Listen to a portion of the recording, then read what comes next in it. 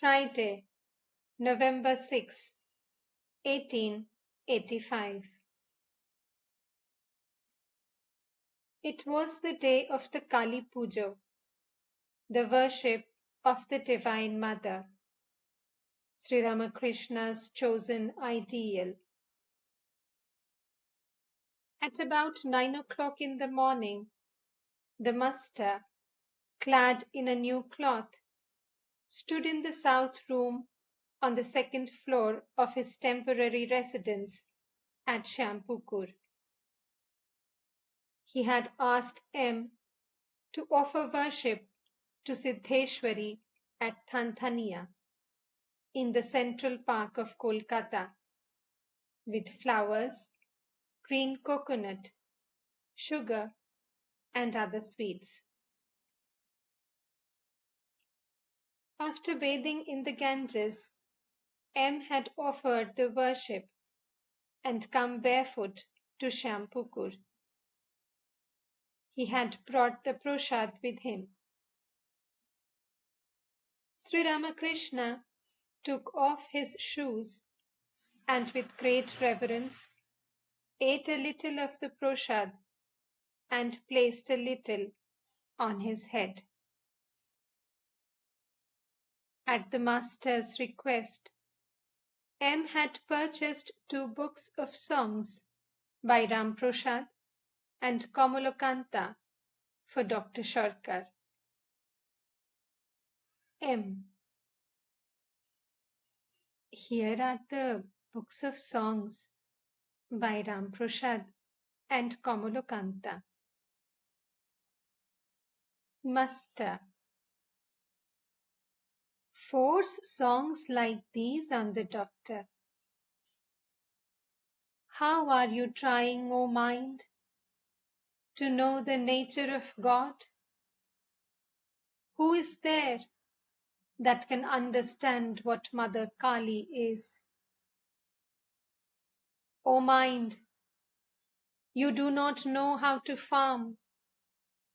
Fallow lies the field of your life. Come, let us go for a walk, O mind, to Kali, the wish-fulfilling tree. M. Yes, sir. Sri Ramakrishna was pacing the room with M. He had put on his slippers. In spite of his painful illness, his face beamed with joy. Master. And this song is also very good. This world is a framework of illusion. M.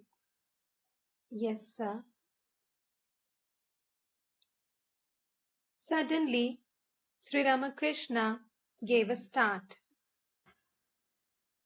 He put aside his slippers and stood still. He was in deep samadhi.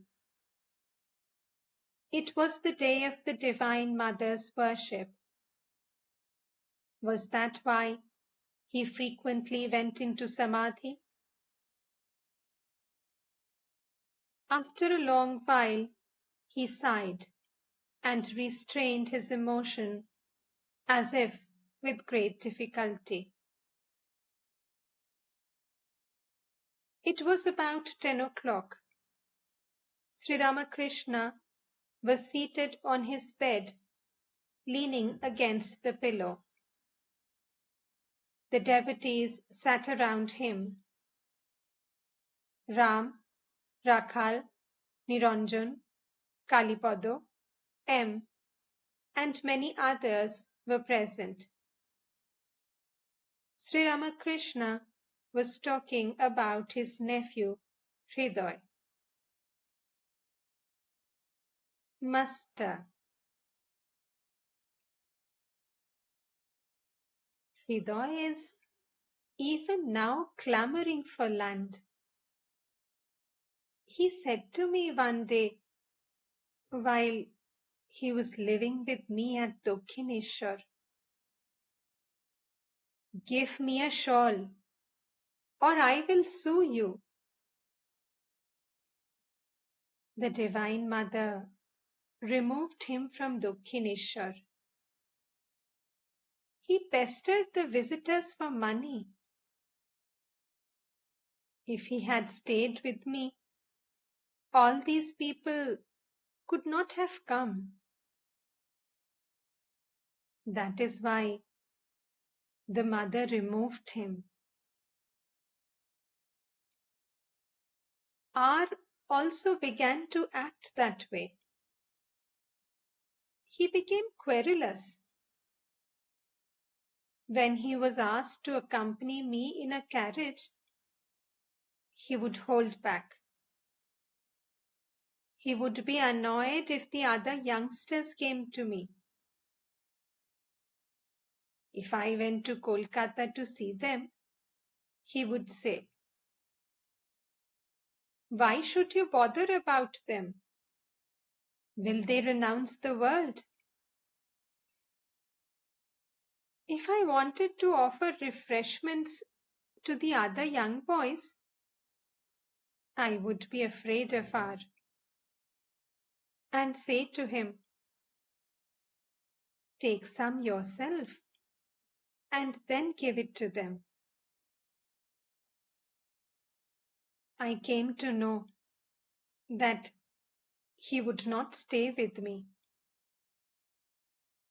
Thereupon I said to the Divine Mother, "Mother, don't remove him altogether like Hriday." Then I came to know that he was going to Vrindavan. If R had stayed with me at that time, all these youngsters could not have mixed with me.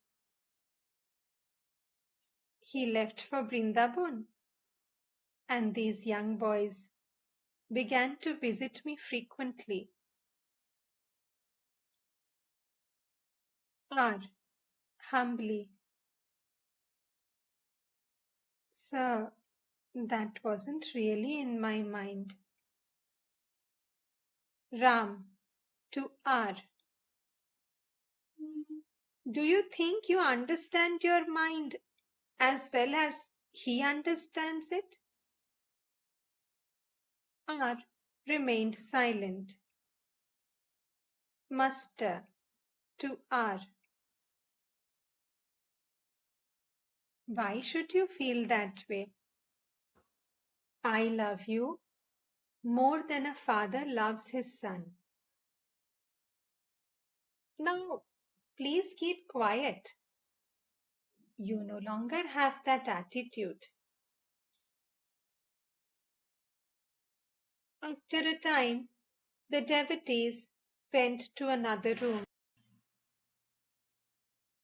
Sri Ramakrishna sent for R and said to him, "Did you mind what I said?" R. "No, sir.